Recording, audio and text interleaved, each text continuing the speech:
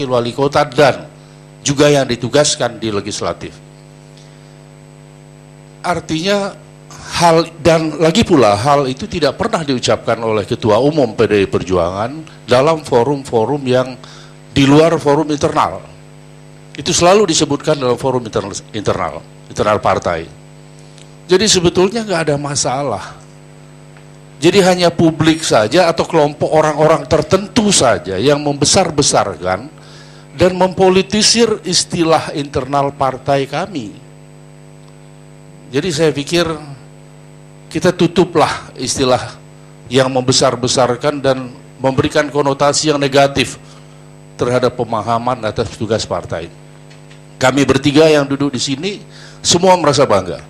Termasuk Presiden Republik Indonesia Bapak Joko Widodo pun merasa sangat bangga sebagai petugas partai, karena yang dimaksud dengan petugas partai seperti apa yang saya uraikan tadi. Itu Bang Karni, penjelasan saya. Ya, kenapa Ibu? Karena kalau dulu dibilang petugas partai, Jokowi belum presiden. Setelah presiden baru Ibu pasti disebut petugas partai. Tadi sudah disebutkan oleh Pak Wakil Sekjen, Pak Ahmad Basara, bahwa ketika Pak Jokowi sebagai wali kota Solo juga apa orang, tapi sekarang dia itu kepala negara, bukan hanya kepala pemerintahan, masih dibilang petugas partai. Karena itu kenapa rame, itu jawabannya itu. Kenapa orang heboh? Ya. Oh, kenapa orang heboh? Ya. Sebetulnya orang juga nggak perlu heboh, karena bukan suatu hal yang mempunyai konotasi yang jelek. Karena seperti saya uraikan tadi, yang bersangkutan sendiri pasti merasa bangga. Pasti merasa bangga, karena beliau adalah kader partai. Dugaan Anda. Sebagai kader partai, kami berpedoman pada anggaran dasar partai. Di pasal 6 anggaran dasar partai PDI Perjuangan jelas disebutkan itu. Jadi mustahil seorang kader PDI Perjuangan tidak bangga disebut sebagai petugas partai. Karena kriteria kader partai itu tadi yaitu petugas partai itu adalah kader pilihan yang sudah lolos seleksi internal partai dan juga sudah lolos melalui seleksi publik. Dan kriteria untuk lolos itu juga tidak gampang. Orang aja yang heboh sendiri gitu, mempolitisir istilah internal partai kami. Terima kasih. Baik, sekarang Pak Budi Aris Setiadi.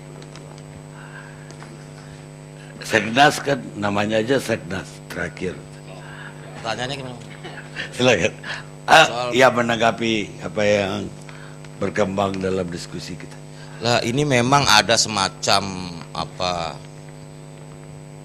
jarak pengetahuan antara teman-teman partai politik atau yang berkecimpung dalam partai politik khususnya PDI Perjuangan dan publik secara luas.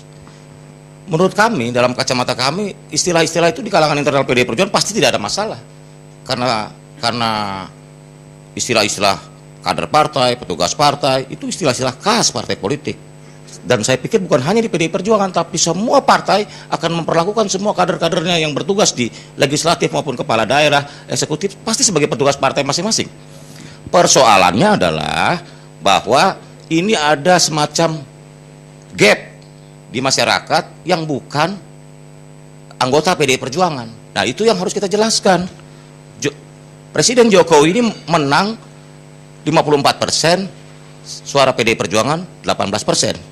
Ada sekitar 36% pemilih dan pendukung Presiden Jokowi ini yang bukan pemilih PDI Perjuangan.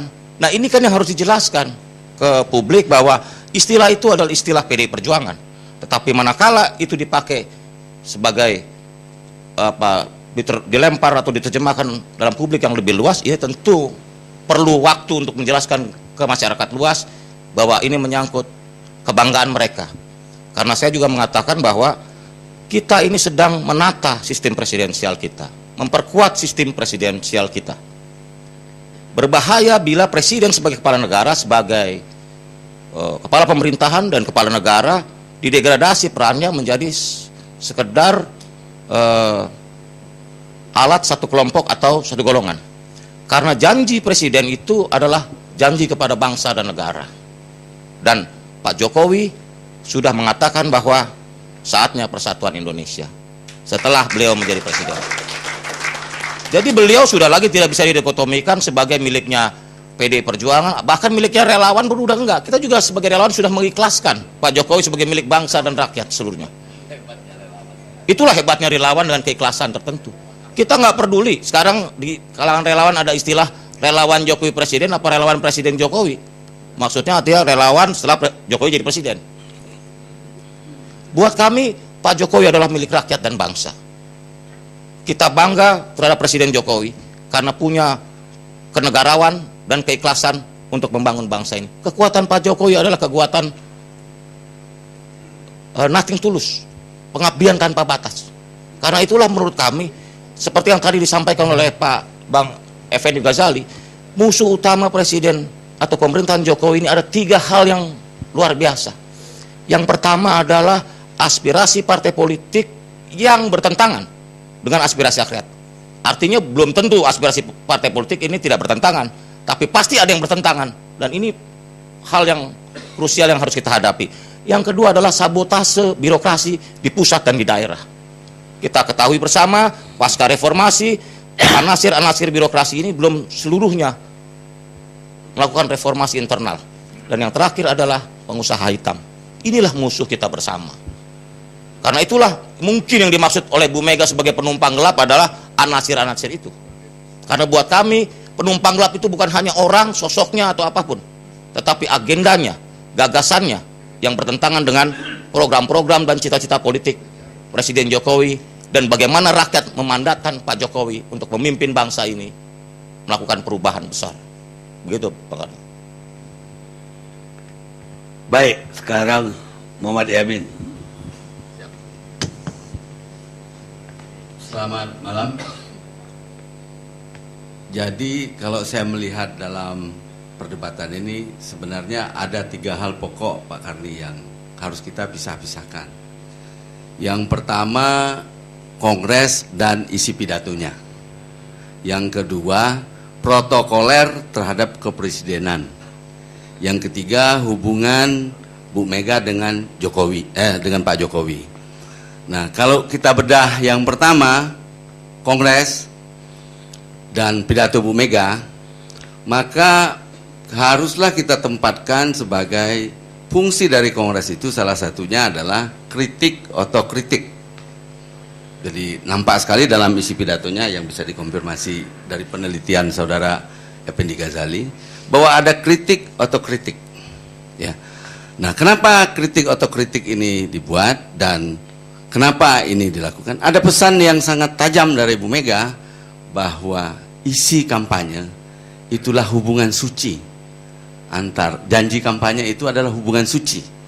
Jadi jangan pernah kau lupakan, jangan pernah kau hianati isi kampanye yang telah dijanjikan.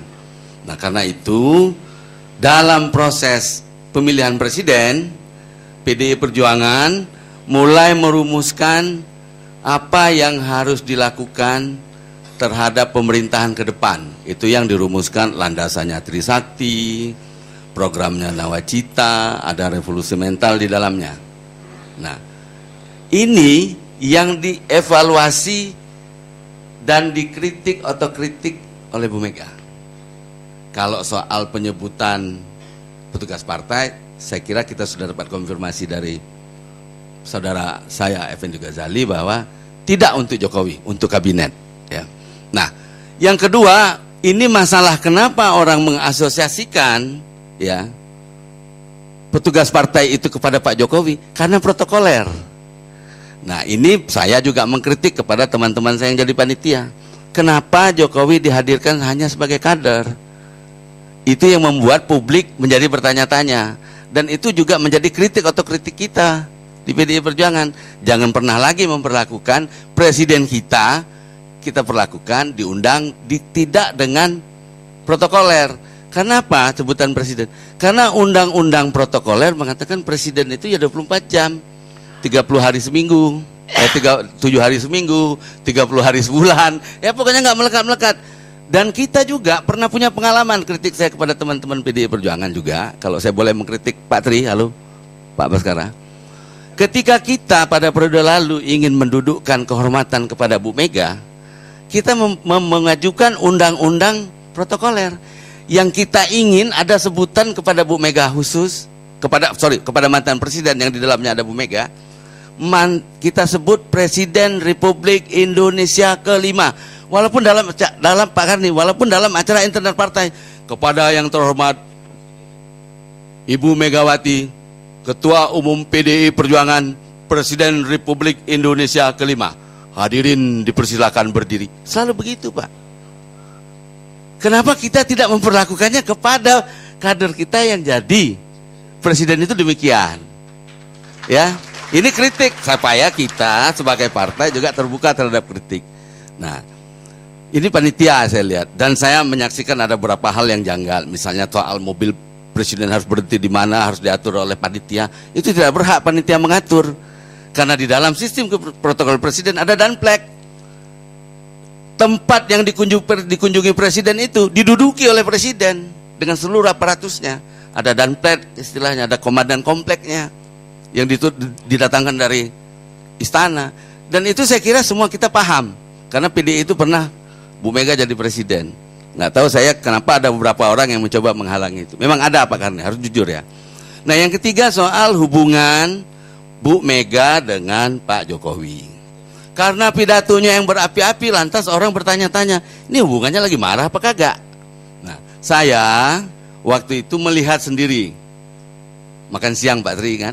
Nah, bagaimana Pak Jokowi, Bu Mega, Pak JK makan siang bersama satu meja, tertawa terbahak-bahak, dan bukan terbahak-bahak, tertawa gembira maksud saya, maaf ya, riang begitu, memperlihatkan keakraban. Dan sampai sekarang saya masih mendengar bahwa Pak Jokowi melihat kekuatan beliau sebagai presiden adalah ketika dia bersama PDI Perjuangan seutuhnya, dengan ketua umumnya, dengan fraksinya, dengan partainya, dan relawannya. Itu masih diakui oleh Pak Jokowi. Ya. Nah, saya melihat bahwa balik lagi, kenapa Pak Jokowi misalnya diantar bersama-sama oleh Bu Mega dan termasuk di dalamnya ada Mbak Puan Maharani ke ruangan di mana ketua DPD se-Indonesia itu hadir dan mendengarkan pidato pengarahan dari Pak Jokowi. Itu menunjukkan memang nggak ada masalah, dan memang ada orang mencoba membuat masalah mungkin ya. Tetapi saya kira kalau saya melihat selama ini nggak ada yang saya tutup-tutup. Memang ada mungkin beberapa orang yang ya biasalah mungkin kecewa atau apa yang mencoba mengkilik-kilik Pak Karni, ya, mencoba mencari atau mencuri situasi untuk melakukan sesuatu begitu ya. Nah, kritik yang paling tajam oleh Bu Mega itu saya kira ada 3 hal pokok. Yang pertama adalah laksanakan apa yang menjadi janji kampanyemu. Yang kedua, ya, bahwa landasan PDI Perjuangan itu konstitusi, Trisakti, dan mungkin karena nggak disebut di situ ya saya nawacita dan revolusi mental. Saya kira itu yang selalu ditekankan. Yang ketiga, hati-hati dengan penumpang gelap, karena itu akan menggagalkan, akan membuat programnya gagal, pemerintahan ini gagal. Dan itu saya kira bagus sekali karena warningnya sejak 6 bulan pertama. Kalau udah 5 tahun terakhir udah nggak ada gunanya. Dan saya kira melihat ini semua, saya kembali lagi Pak Tri ingat ya, ke depan saya kira, tolong Pak DPP ya, Pak Baskara, memang kita harus memperlakukan presiden itu nggak boleh melanggar undang-undang protokoler. Ya, itu aja lah. Selebihnya saya kira terima kasih Pak Karni. Yamin masih punya KTA kan? Masih dong Pak. Saya masih punya kartu anggota. Pak Yamin yang paling memahami pidato presiden, pidato ketua umum kemarin. Kita rehat sejenak.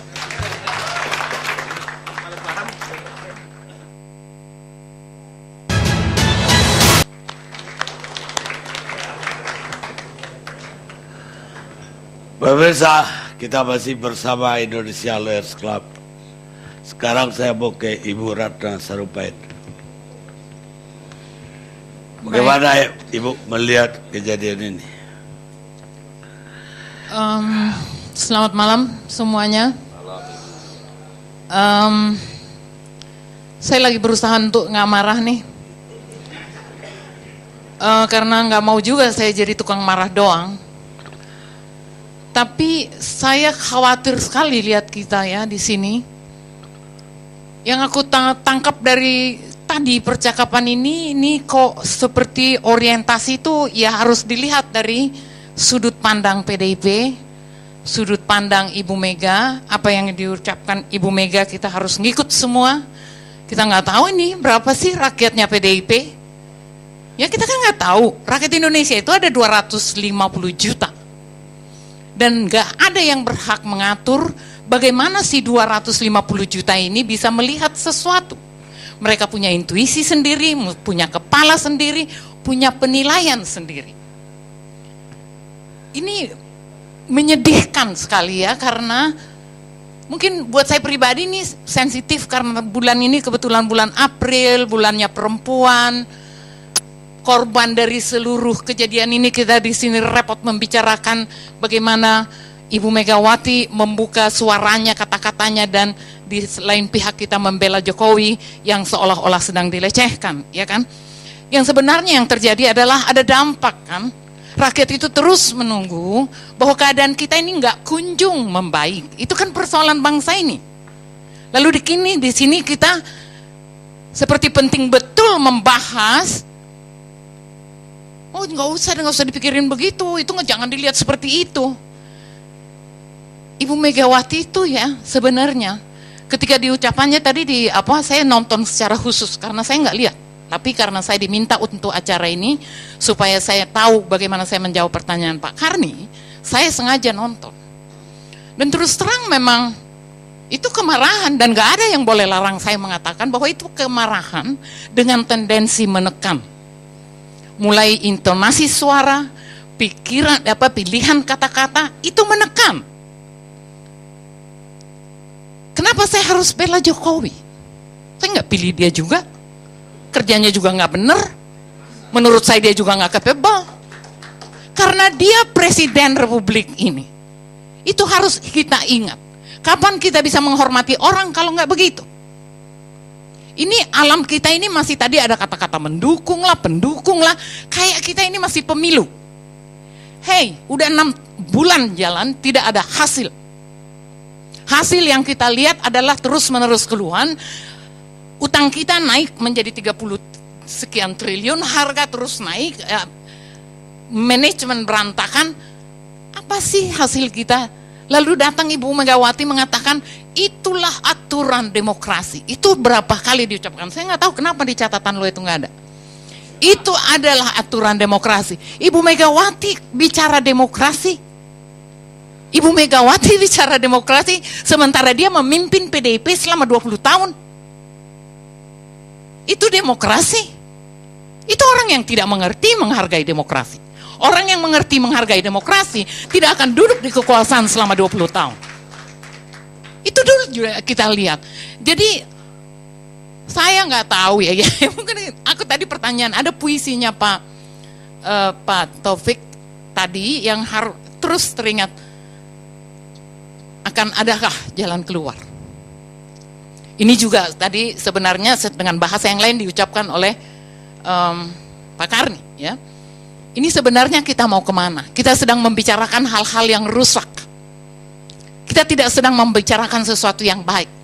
Dan yang rusak ini kita tidak tahu membenahinya kayak apa supaya kita berhenti ngomong seperti ini, supaya kita melihat ada progres dalam kehidupan bangsa, ada progres dalam harapan rakyat. Saya ini siapa? Saya cuma seniman, aktivis, concern pada perempuan. Saya lihat perempuan itu apa kedudukannya. Dia ibu kehidupan, dia melahirkan anak, menyusui anak, memastikan anak makan, memastikan anak sekolah, memastikan anak terurus, terjaga. Dan negeri ini bahkan untuk menyelesaikan masalah-masalah narkoba tidak bisa, perdagangan anak di mana-mana. Ini ada ratusan juta perempuan Indonesia menunggu. Apa perubahan kami? Dan ada seorang perempuan Indonesia yang dapat kesempatan, dikasih Tuhan kesempatan menjadi orang pertama pernah di Republik ini. Dan kalau saya nggak bisa menerjemahkan dan mengucapkan itu secara eksplisit asal apa penilaian saya. Tapi saya merasa, saya menilai, intuisi saya mengatakan Ibu Mega sedang marah. Dan kemarahannya itu menafikan kebutuhan bangsa. Apakah kalau Ibu Mega tidak marah sama Pak Jokowi lalu keadaan akan lebih baik? Saya juga nggak tahu. Tapi mari kita tidak menambah permasalahan. Mari kita menepis atau menjauhkan segala kebutuhan. Apalagi kamu partai, ketua partai, pengusung presiden. Presiden itu bukan hanya kerja 24 jam, dia simbol negara. Menghina presiden, menghina negara. Dan kalau Anda sudah bicara negara dan bangsa, Anda menghina seluruh rakyat Indonesia. Mau bilang apa saya? Bukan pilihan saya itu presiden, tapi jangan dihina. Dan jangan menyebut konstitusi. Mega terus, ya kalau saya ini saya nggak tahu, Tuhan kasih saya, menurut saya kecerdasan, tapi saya menangkap, itu disetting betul itu, pidatonya itu. Seolah-olah PDP ini orang partai yang sangat konstitusional, sangat demokratis, ya kan berulang kali dikatakan Trisakti, ya kan, dibilang konstitusi, lalu disalahkan lah. Orang jangan diputus cerita yang terus berjalan mulai dari pemilu sampai sekarang, bagaimana melekatnya kata petugas partai itu di kepala rakyat, itu harus diingat. Jadi ketika meletus di pidatonya Ibu Mega seperti itu juga jangan salahkan kalau rakyat jadi marah. Indonesia tidak butuh kemarahan sekarang. Tidak penting lah. Saya lihat statementnya Ibu Mega mengatakan, saya ini orang paling berani, paling hebat pidato. Saya nggak ngerti itu. Rakyat nggak butuh pidato kayak gituan. Rakyat itu butuh perubahan. Itu yang kita tunggu sekarang. Jadi kalau aku sih hanya ingin menawarkan saja, kembali saya ingat Pak Taufik ini orang yang saya hormatin, datang ke sini berpuisi di depan kita, walaupun puisinya tadi juga, kenapa nggak baca puisi aslinya aja yang bagus-bagus itu. Kita butuh jawaban. Bangsa ini membutuhkan jawaban. Yang kita bicarakan ini barang-barang rusak kok. Ini semua, kalau barang-barang rusak ini tidak ada, kita nggak akan duduk di sini Pak Karni. Dan pertanyaan penting yang harus kita ajukan sekarang, sebenarnya siapakah musuh bangsa ini? Apakah PDIP harus bermusuhan dengan KMP, KIH, KO, ini kita bikin kelompok-kelompok. Kalau Ibu Mega bicara tentang konstitusi dan revolusi mental, dia baru hanya menyebut keberaniannya butir 1, butir 2, butir 3. Dia nggak berani menyebut butir 4. Bahkan butir 5 dia salahkan perubahan. Ya kan? Ada upaya orang mengembalikan kepada Pancasila, itu aja dia persoalkan. Mari kita kembali ke Pancasila. Nggak ada harapan ini. Jujurlah, nggak usah kita memperpanjang-panjang diskusi. Pak JK kemana? Emang dia nggak bertanggung jawab? Dia dipilih karena kepiawaiannya dianggap sebagai yang sudah senior. Dan dia yang menentukan segala sesuatu yang berurusan dengan ekonomi. Tapi beliau ini kayak lari terus entah di mana. Ya, kenapa ketika ini saya juga agak heran, saya belum dapat jawaban. Presiden pergi ke Tiongkok, pergi ke Jepang, tapi sebelumnya diam-diam JK udah berangkat juga, Puan Maharani berangkat juga. Please, ini apa sih yang terjadi gitu? Ini bahaya. Jadi kalau menurut saya sih, buat aku, kita nggak usah ngomong revolusi mental, revolusi Pancasila. Itu bentuk pemerintahan transisi, perkembalikan Pancasila ke Undang-Undang Dasar, pemilihan pemilu ulang. Udah, itu usul saya.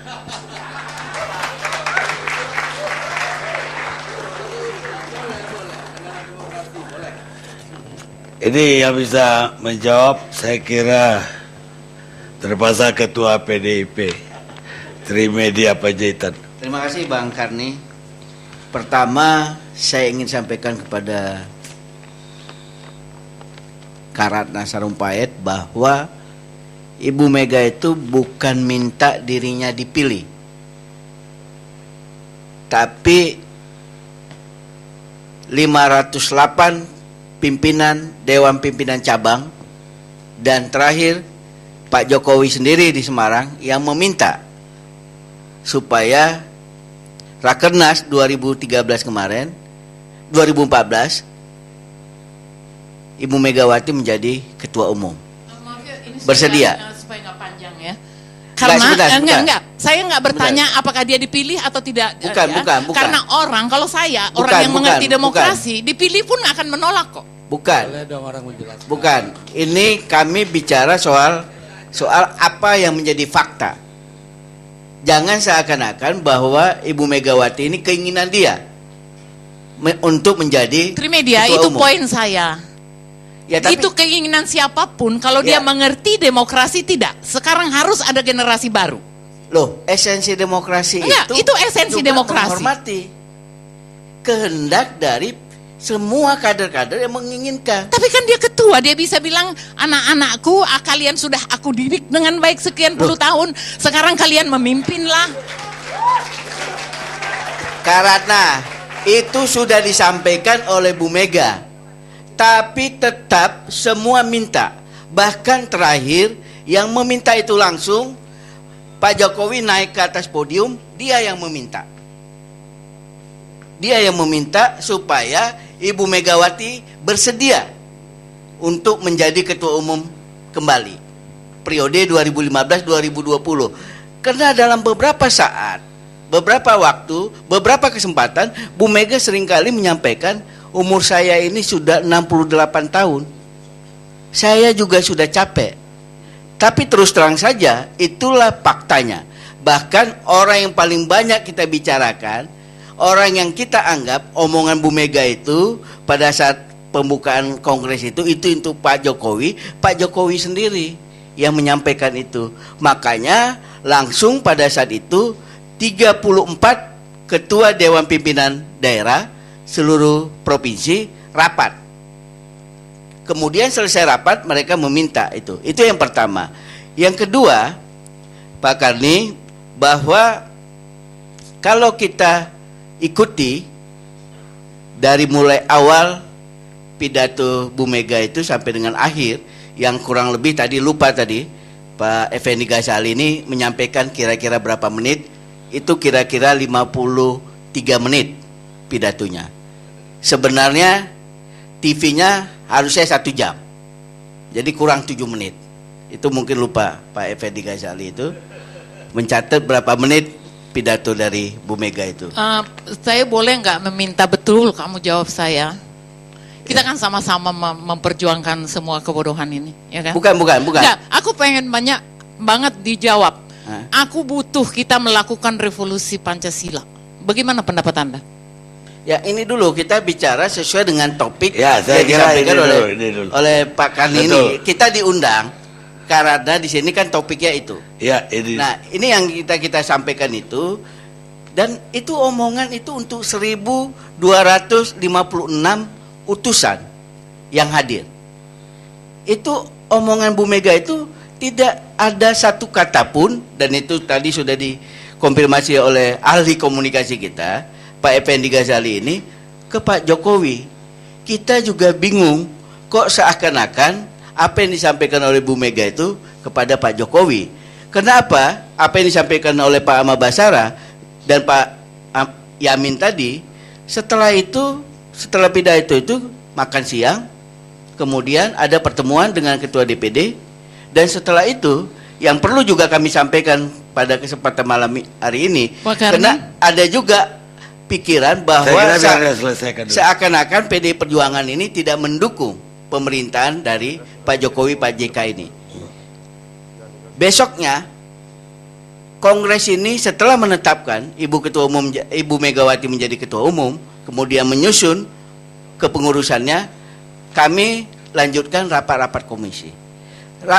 Kepengurusan PDI Perjuangan sekarang ini mengikuti nomenklatur atau format kabinet yang ada. Dan setelah itu kita masuk komisi. Semua Menko datang. Itulah masuk apa yang Karana Sarumpait ini sampaikan. Apa yang dibicarakan? Saya kebetulan di Komisi Polhukam. Bagaimana proses penegakan hukum yang harus dilakukan oleh pemerintahan Pak Jokowi, Pak JK ini. Kemudian ada juga Komisi Maritim, datang Menko Maritimnya. Komisi Perekonomian, datang Menkonya. Dan juga Menteri Keuangannya. Semua itu kita bicarakan, yang pada akhirnya yang ingin kami sampaikan di situ, apa yang bisa dilakukan oleh PDI Perjuangan sebagai partai utama pengusung pemerintahan ini. Karena PDI Perjuangan ini ada sekitar 167 bupati, wali kota, dan gubernur. Apa yang mereka bisa bantu untuk mendukung pemerintahan ini? Itu mungkin yang bisa kami sampaikan, Pak Kardi. Baik. Seseorang yang menilai hak-hak istimewanya di atas prinsip-prinsip akan segera kehilangan hak-haknya itu dan prinsip-prinsipnya. Eisenhower, Presiden ke-34 Amerika. Kita rehat sejenak.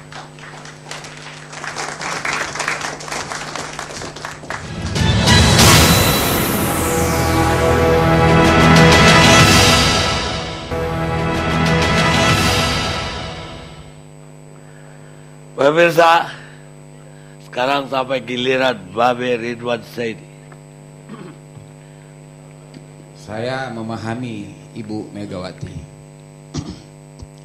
Yang pertama adalah penggunaan istilah petugas partai. Sebenarnya terjemahan yang tidak terlalu tepat dari istilah yang umum digunakan sejak masa Belanda dan era kepartaian liberal itu partemen. Ada partai elit, ada partemen.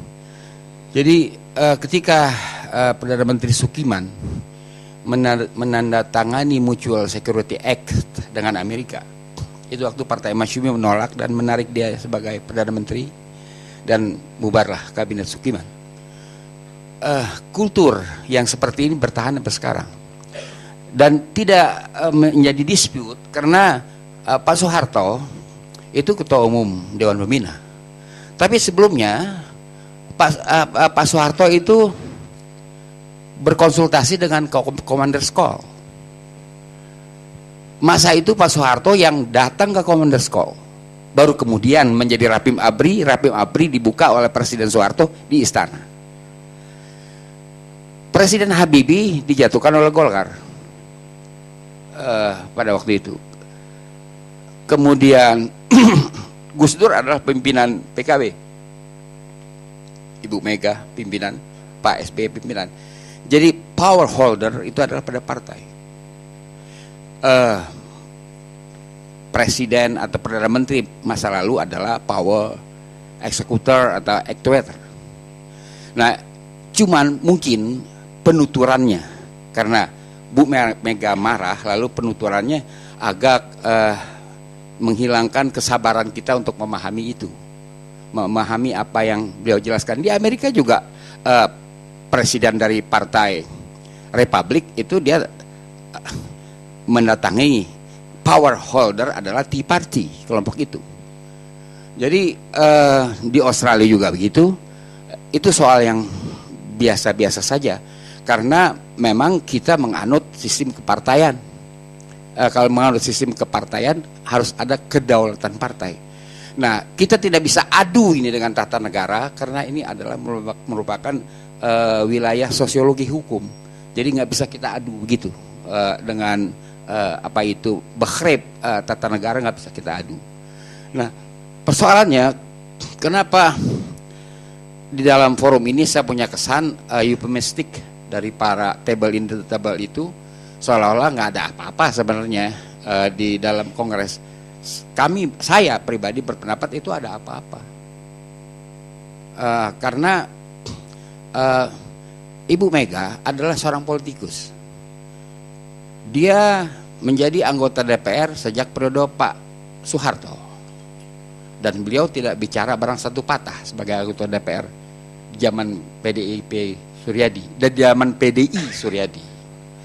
Kemudian beliau adalah 96-97 dapat musibah di dalam PDI, kemudian lahir PDIP. Saya membela posisi Ibu Mega, hak Ibu Mega untuk menjadi ketua umum. Dan di situ kelihatan bahwa dia seorang yang punya bakat politik. Kok bisa dia jadi pendiam yang budiman sebagai anggota DPR di zaman Pak Soeharto itu waktu. Nah, kemudian yang ketika terjadi pencapresan, saya tidak melihat Ibu Mega ketika proses itu dia gembira, malah ada apa namanya, gaya dia memperkenalkan sang calon juga tidak begitu antusias kalau bisa diputar TV-nya lagi. Karena kalau itu waktu dia melawan, arus yang diciptakan, dia mungkin akan terganggu kepemimpinannya di PDIP. Setelah 6 bulan dia memperhatikan itu, saatnya dia memberikan peringatan yang sangat keras. Mungkin kalau dia bukan perempuan lebih keras dari itu.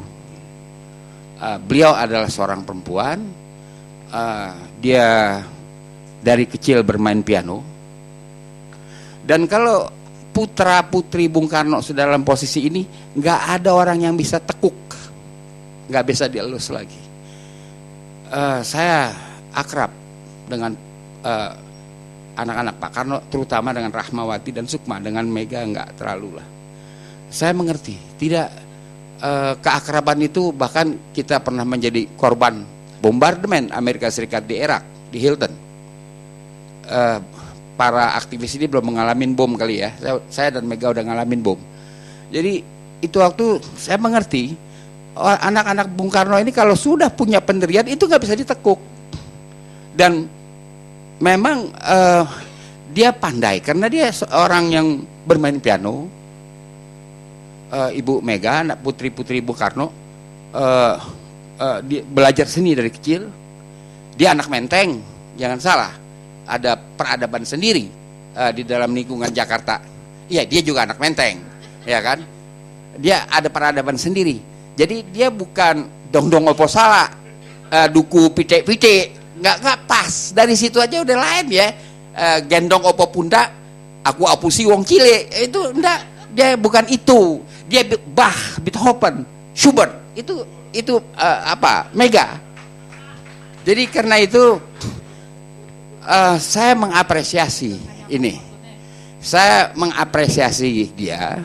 Kalau saya mengatakan dia wanita besi, itu sudah gelar Margaret Thatcher. Saya mengatakan dia wanita tembaga. Karena tidak turun, tembaga lebih mahal harganya dari besi. Dan Tembagapura adalah tempat yang sekarang menjadi ya. Jadi karena itu sekarang pertanyaan yang banyak dibicarakan di beberapa tempat diskusi yang saya hadiri, apa setelah marah? Apa setelah dilampiaskan? Jelas tidak ada jalan pulang buat Ibu Mega. Nggak ada jalan pulang karena itu sudah diumumkan di mata umum, di muka umum. Dia seorang putri presiden dan dia seorang putri presiden dan dia adalah pernah presiden. Dia tidak akan kembali. Nah, tidak ada jalan pulang, maksudnya kemarahan itu tidak akan diralat. Tidak. Dan tidak bisa dibujuk. Mungkin nanti akan pergi ke Ratna Sarumpait, punya keinginan. Bisa. Maka itu tadi saya mengatakan saya beda dengan Anda dalam satu hal, saya sama. Kita akan pergi ke arah itu. Ibu Mega inginkan perbaikan juga. Jangan salah, jangan dia sekedar mau memarah-marah. Dia kan bukan sekedar tukang nyap-nyap kalau kata orang Betawi kan. Bukan seorang tukang nyap-nyap. Itu nyap-nyap kalau dia nggak ada tujuannya dia marah. Dia ada tujuannya mengatakan itu. Dan itu tidak sembarangan. Kok pakai dibungkus-bungkus metribet dia habis itu kan makan siang. Anda mesti belajar sejarah politik. Setelah debat soal Pancasila atau Islam di Konstituante, DN Aidit dan Isa Ansari Masyumi makan satu meja. Anda baca itu dulu.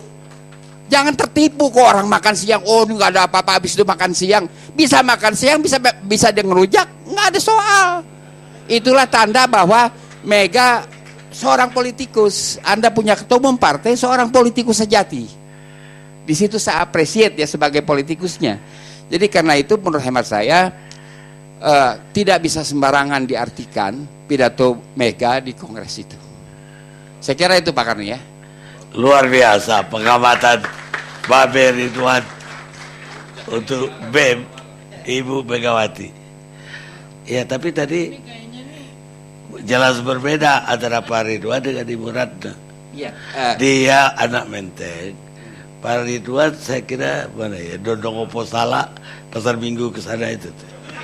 Oke, nanti dulu ya. Ini aku juga bermainnya sama dia juga. Ya Allah. Jadi bapak kami tuh beda politik, oke? Tetapi kami anak-anaknya berteman. Jadi sebenarnya tahu betul perubahan dan perbedaannya dan kemarahan-kemarahannya. Mungkin karena itu juga aku berharap sesuatu yang lebih baik dari Mega dalam menahan emosinya atau kemarahannya atau kecewanya. Aku hanya bisa mengerti itu karena aku justru mengenal dia. Gitu loh. Itu ngerti nggak maksudnya? Bukan Dodo nggak masalah gitu loh. Aku juga gaul di Menteng loh. Ya, Pak. Rehat sejenak. Di dalam diskusi presiden milik partai atau milik rakyat. Sekarang Pak, kepada Pak Refli Harun, tadi kita membuka diskusi bahwa masyarakat tersentak dengan pidato Ketua Umum PDIP bahwa dia mengatakan Presiden dan Wakil Presiden harus menjalankan kebijakan partai. Di luar ada istilah petugas partai, dan bermacam-macam, ada penumpang gelap, segala macam. Ada yang menafsirkan kemarahan, tapi yang bagi kita yang paling penting dari sisi ketatanegaraan. Sesungguhnya menurut konsep presidensial, pemerintahan presidensial, tanggung jawab dari seorang presiden itu harusnya kemana?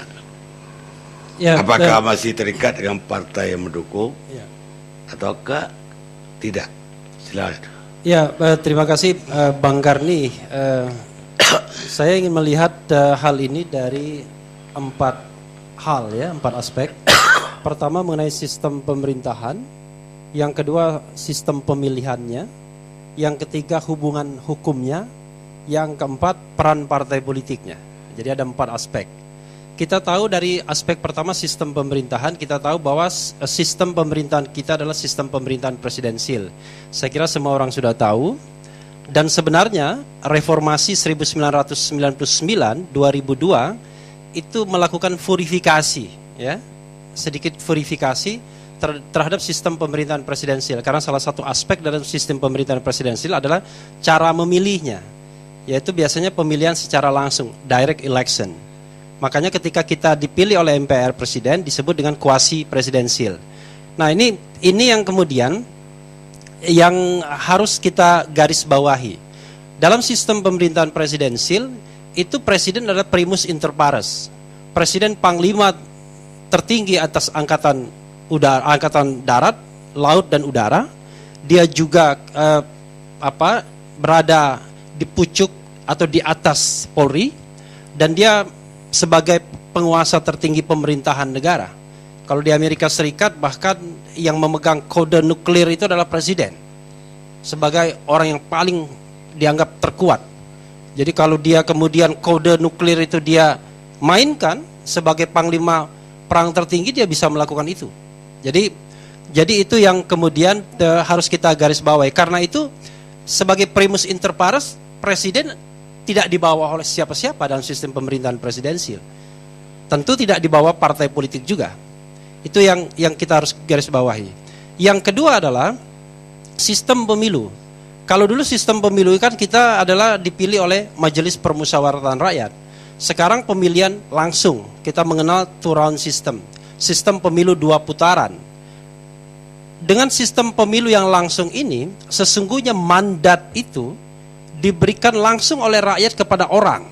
Nah, ini yang membedakan dengan lagi-lagi balik lagi pada sistem pemerintahan parlementer. Dalam sistem pemerintahan parlementer, mandat itu diberikan kepada partai politik. Dan partai politik pemenang itulah yang kemudian membentuk pemerintahan. Sehingga kemudian warna partai politik sangat kental di sana. Tetapi tetap saja berkoalisi kalau dia tidak mencapai simple majority misalnya. Jadi ada kendala juga untuk mengimplementasikan ideologi partai secara menyeluruh ketika koalisi harus dibangun. Nah, tetapi dalam sistem pemilihan kita yang presidensil ini, mandat itu diberikan oleh rakyat. Dan rakyat yang memberikan mandat kepada presiden dan kepada partai politik itu berbeda. Berbeda jumlahnya, berbeda kualitasnya, berbeda juga orangnya, sangat mungkin. Jadi tidak semua pemilih partai politik pengusung itu adalah pemilih presiden. Demikian juga tidak semua pemilih presiden itu adalah pemilih partai politik pengusung. Terlebih dalam sistem pemilihan kita adalah presiden itu diusung oleh partai politik dan gabungan partai politik. Nah, dalam konteks pemilu 2014 kemarin, tidak ada satu partai politik pun yang mampu secara single, sendirian, itu mengusung pasangan calon. Sehingga memerlukan koalisi dengan partai politik yang lainnya. Karena syarat 20% kursi dan 25% suara itu tidak terpenuhi. Termasuk oleh partai pemenang pemilu PDIP yang hanya mencapai, kalau tidak salah, 19% suara. Nah, karena itu membutuhkan koalisi dengan partai politik lain. Dengan PKB di sana, yang tentu ideologinya, platform partainya sangat berbeda. Satu mungkin partai yang sangat nasionalis, satu sesungguhnya kan berbau ke kanan. Dengan Hanura, kemudian di situ juga ada Nasdem dan lain sebagainya. Sehingga kemudian dari situ saja kemudian ada kesulitan untuk mengatakan bahwa presiden semata-mata milik partai politik. Nah, dalam sistem pemerintahan presidensil pula, presiden dan wakil presiden itu satu. Ya, sebagai primus inter pares, apapun politik presiden itu harus menjadi politik wakil presiden. Padahal kita tahu ingredient wakil presiden itu tidak berasal dari partai politik pengusung mayoritas. Bukan dari akar yang itu. Bukan dari akar PDIP misalnya. Tetapi karena sistem yang ada, dia pun harus tunduk pada presidennya, bukan pada partainya.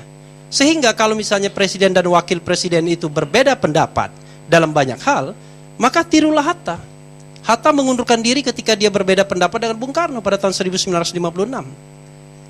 Jadi tidak boleh ada wakil presiden yang berbeda haluan dengan presidennya. Tidak boleh kemudian, seharusnya juga partai politik pengusung selalu berdiri di samping atau di belakang presiden. Lalu kemudian yang ketiga adalah mengenai hubungan hukum.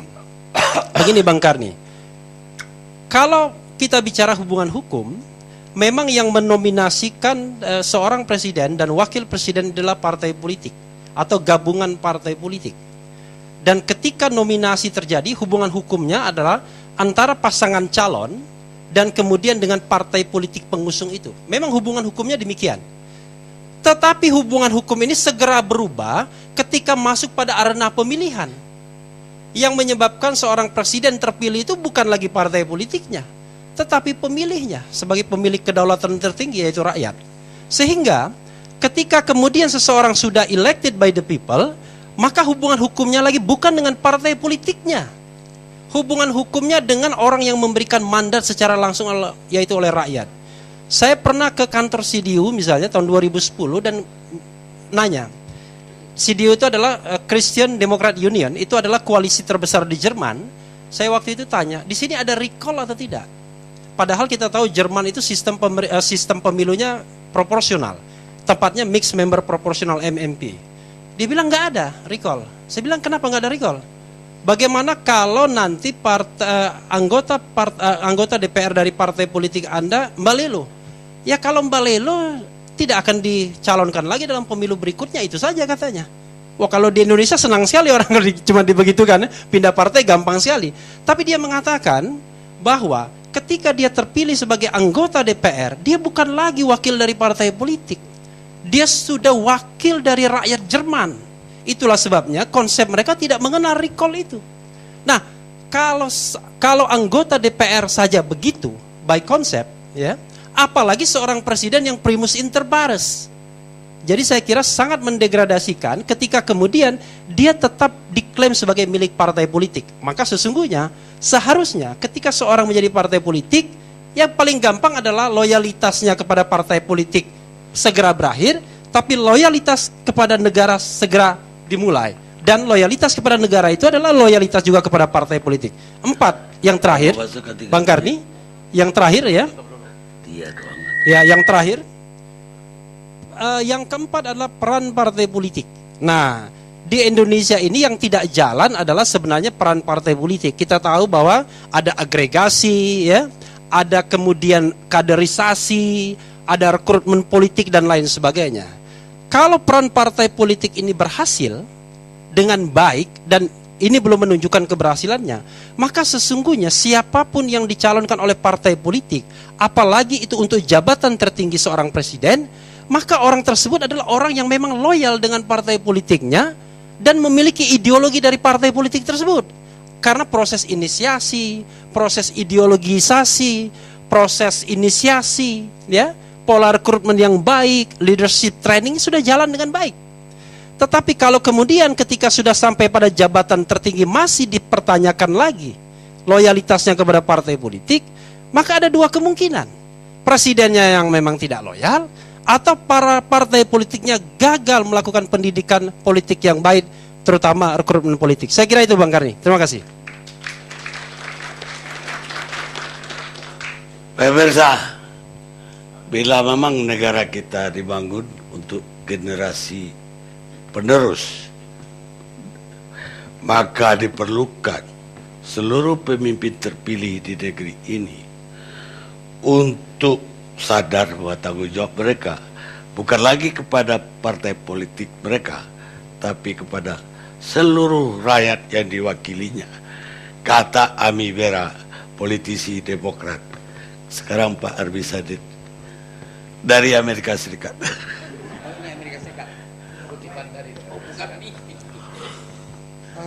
Jadi pada saat 100 hari pertama pemerintahan Jokowi, saya ditanya wartawan, Pak, ini kacau ini, apa pendapat Bapak?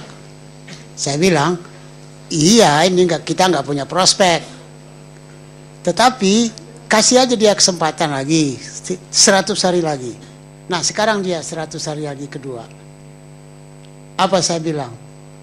Saya bilang dia sekarang sedang dikudeta mental oleh PDIP dan Megawati.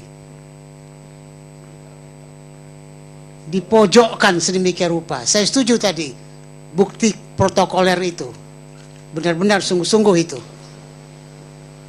Bagaimana presiden melepaskan jabatannya? Negara hampa kekuasaan. Loh, bagaimana kalian mikir? Tata negaranya di mana itu? Kalau presiden melepaskan kekuasaan, nggak ada presiden.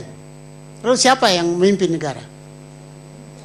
Nah ini, jadi nggak ada cerita bahwa dia diundang hanya atas kader. Nggak bisa itu dipisahkan seperti itu, karena jabatannya dibawa kemana-mana, tidur pun dibawa.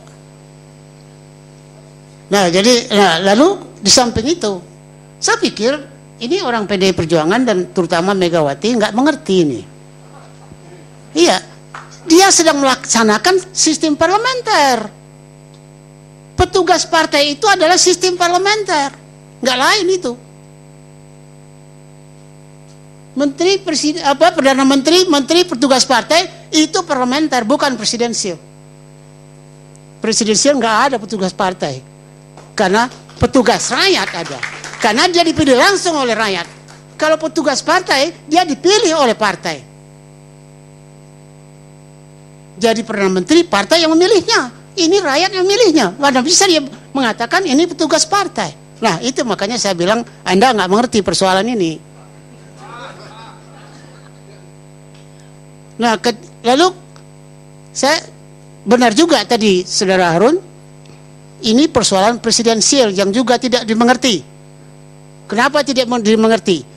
Karena yang dimengerti selama ini di Indonesia, presidensial itu seperti di dalam Undang-Undang Dasar Amandemen adalah presiden dipilih langsung oleh rakyat, presiden menjabat kepala negara dan kepala pemerintahan, presiden tetap fix 5 tahun. Itu adalah syarat minimal dari presidensial. Maksimalnya belum ada, dalam Undang-Undang Dasar pun belum ada, yaitu pemisahan kekuasaan dan checks and balances. Itu belum ada dalam Undang-Undang Dasar. Nah ini yang mencelakakan dia. Kalau karena tidak ada pemisahan kekuasaan, pejabat partai dengan pejabat negara tidak dipisah. DPR ngacak-ngacak presiden, Mahkamah Agung diacak-acak oleh semua pihak. Ini karena tidak ada pemisahan kekuasaan dalam praktek dan dalam konstitusi.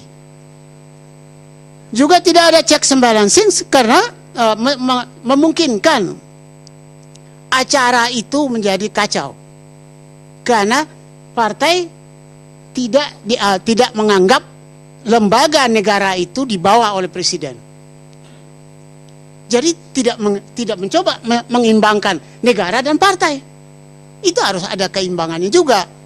Sama-sama menghormati, sama-sama menghargai. Nah, di sini saya kira hal itu yang oleh karena itu saya kira ya solusinya adalah ini kita harus konsisten ke sistem presidensial dan lengkapkan syarat presidensial itu. Tidak cukup hanya dengan 3 itu yang sekarang sudah dibangga-banggakan kemana-mana. Mesti ada pemisahan kekuasaan dan checks and balances. Kalau tidak ada itu omong kosong presidensialnya. Karena itulah inti dari presidensial. Terima kasih. Ini revolusi Pancasila. Bukan, revolusi. Jadi pemisahan yang sekarang ada, legislatif, eksekutif, yudikatif, menurut Prof itu belum memenuhi trias politika atau bagaimana? Belum ada pemisahan. Tanggung. Trias politikanya tanggung. Tanggung. Iya, ada sebagian yaitu yang disebut minimalis. Minimal itu 3 syarat itu. Maksimalnya belum ada. Nah, ini maksimalnya itu adalah pemisahan kekuasaan dan checks and balances. Ada negara contoh nggak yang seperti Iya, kita? baca aja konstitusi Amerika. Beda Dan toh? Sejarahnya membuat sistem presidensial juga lengkapnya begitu seperti itu. Artinya dulu-dulu Amerika seperti sekarang di kita. Oh enggak, Amerika sejak awal sudah mencoba mengembangkan checks and balances dan sistem pemisahan kekuasaan.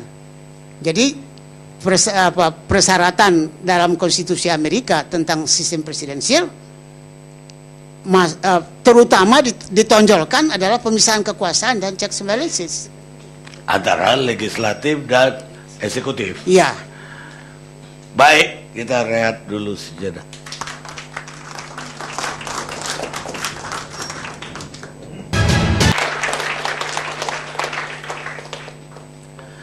Pemirsa, kita teruskan diskusi kita sekarang giliran Pak Trimedia diberi kesempatan karena ada berapa tanggapan ke PDIP ditujukan. Nah, karena ini saya coba kutip dulu nih karena sampai hampir di ujung kita masih bicara soal petugas partai.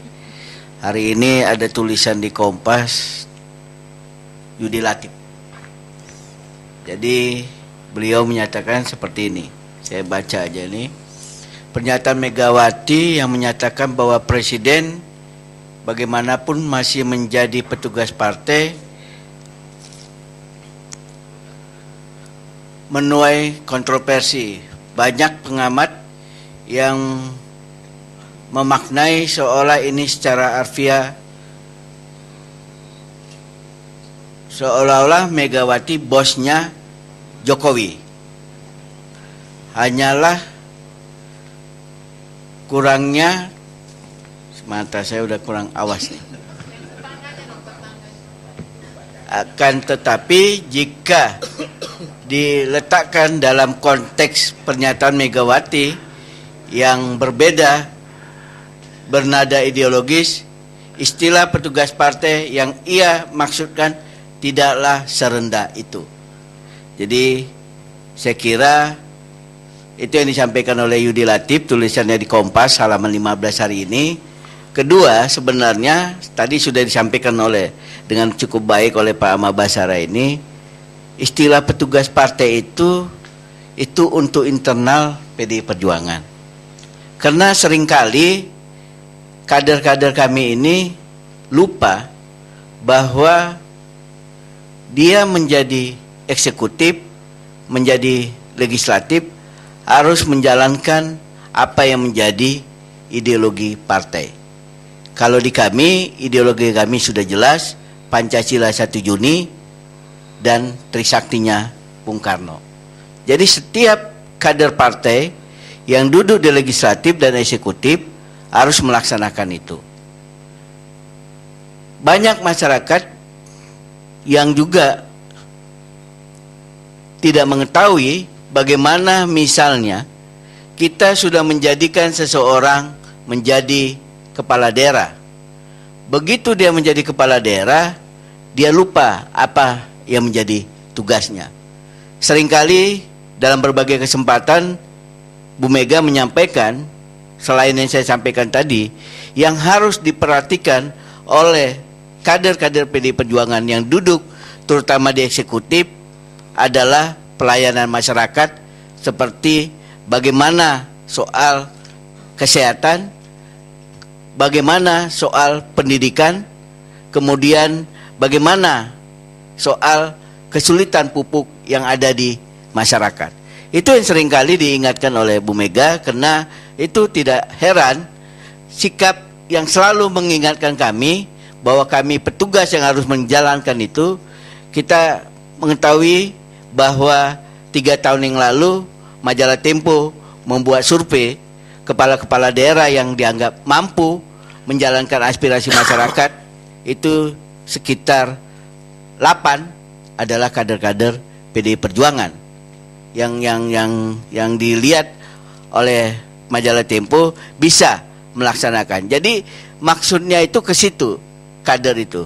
Begitu juga kami, apa yang disampaikan oleh Pak Refli Harun, walaupun misalnya saya ini menjadi anggota DPR dari Sumatera Utara 2, 16 kabupaten kota, suara saya 106.524, tapi kalau saya tidak dicalonkan oleh PDI Perjuangan, tidak mungkin saya menjadi anggota DPR. Dan saya juga tidak bisa petenteng-petenteng, karena suara yang memilih saya seperti itu, saya tidak melaksanakan apa yang menjadi tugas partai kepada kami yang ada di legislatif eksekutif. Jadi petugas partai itu istilah, sekali lagi, yang dipakai oleh PDI Perjuangan untuk dalam tanda petik memaksa kader-kadernya yang ada di legislatif dan eksekutif tahu apa yang dia harus lakukan pada saat dia menjabat, bukan dalam konotasi yang lain. Dan kalau misalnya dianggap, walaupun seperti saya sampaikan tadi, sesungguhnya, dan itu sudah disampaikan oleh Pak Effendi Ghazali, apa yang disampaikan oleh Bu Mega pada saat pembukaan Kongres itu kan tidak ada dimaksudkan kepada Pak Jokowi, itu kepada seluruh peserta Kongres. Karena seluruh peserta Kongres selain Pak Jokowi yang kebetulan menjadi presiden, banyak gubernur, bupati, wakil bupati, wali kota, wakil wali kota, dan pimpinan DPRD yang hadir di situ. Itu yang menjadi tujuan dari Ibu Megawati menyampaikan itu. Kenapa?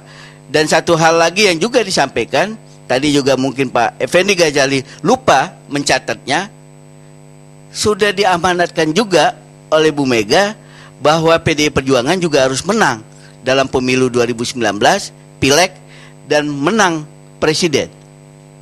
Karena itulah, sebagaimana kami sampaikan tadi, bagaimana harapan kami Pak Jokowi ini juga bisa menang 2019, kami kawal.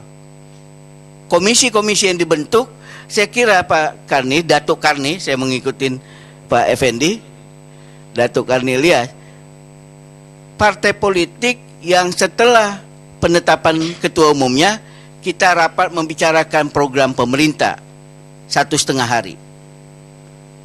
Dan itulah yang kita sepakati, dan kita minta secara berkala itu harus dilakukan. Dan kita kontrol sejauh mana pemerintah ini bisa melakukan itu, bisa melakukan program-programnya. Karena juga disepakati dalam pertemuan dengan para ketua DPD itu, ada juga pertemuan Pak Jokowi untuk mendengarkan apa yang bisa dilakukan oleh kawan-kawan kami yang di daerah-daerah, terutama lagi para kepala daerah. Dan pada pertemuan itu, semua kepala daerah yang kebetulan menjadi kader PDI Perjuangan, yang kebetulan menjadi gubernur, menyampaikan apa yang menjadi kesulitan-kesulitan masyarakat di daerahnya, dan kira-kira apa yang harus dilakukan oleh Presiden, oleh Pak Jokowi untuk merespon itu. Karena ada juga misalnya seperti Pak Ganjar Pranowo sebagai Gubernur Jawa Tengah, dia masih 1 periode. Tentu dia berharap dia bisa masuk periode kedua nanti.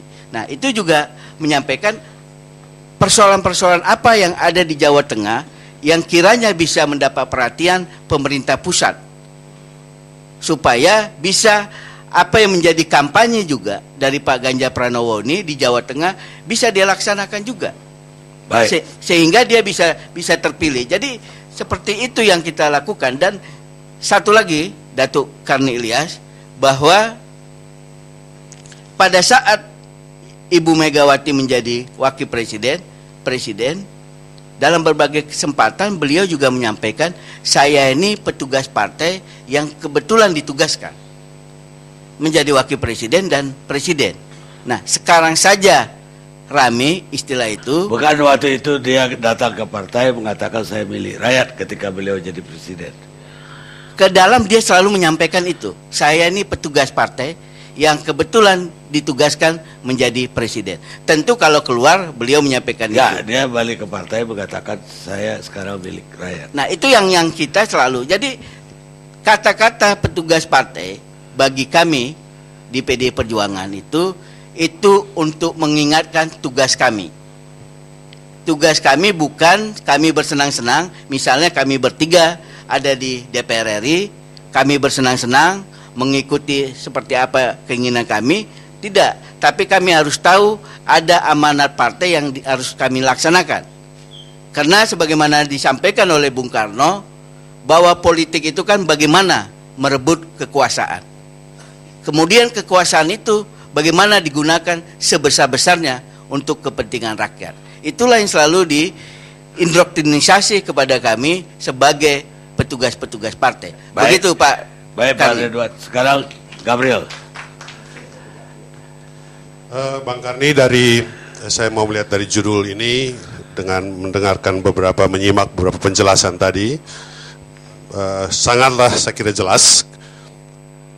Dalam satu sistem pemerintahan presidensial dengan pemilihan langsung, maka jelas sekali bahwa presiden itu bukan milik partai, tapi milik rakyat.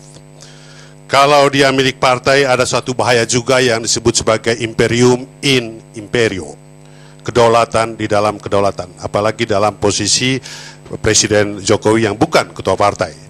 Maka kedaulatan rakyat berada dalam kedaulatan partai, direduksi ke dalam kedaulatan partai, kedaulatan presiden sebagai kepala negara, kepala pemerintahan bisa direduksi ke dalam kedaulatan ketua partai. Itu catatan saya pertama. Tetapi alangkah indahnya tentu kalau kemudian partai-partai yang mengusulkan Jokowi sebagai presiden ini dalam segala bahasa dan gestur menunjukkan respect kepada presiden yang diusulkan itu, sehingga kemudian rakyat juga melihat itu, bahwa partai-partai pengusul itu sangat memberikan hormat kepada presiden yang diusulkan dari petugas partainya itu, dan ini tentu akan berimplikasi pada penghormatan dari rakyat terhadap presiden yang bersangkutan. Hal berikut yang ingin saya sampaikan bahwa ini terakhir, Bang Karni. Pak Presiden Jokowi sebagai presiden itu menjadi milik rakyat, tetapi milik rakyatnya itu bersyarat. Jadi pemilikan rakyat terhadap Presiden Republik Indonesia Bapak Jokowi itu bersyarat. Syaratnya apa? Dia benar-benar menjalankan amanat pendidikan rakyat yang dikatakan oleh Bung Karno itu, yang tentu bisa kita lihat dalam tujuan bernegara. Ketika amanat pendidikan rakyat ini dapat dia wujudkan, maka dia adalah milik rakyat. Ketika dia milik rakyat, maka PDIP dan partai-partai pendukung lainnya juga menjadi milik rakyat. Saya kira itu. Baik, sekarang ya saya memang mau kasih kesempatan Firman karena baru saja jadi doktor. Dari jadi berita apa Bu Firman? Ya. Terima kasih Bang Karni.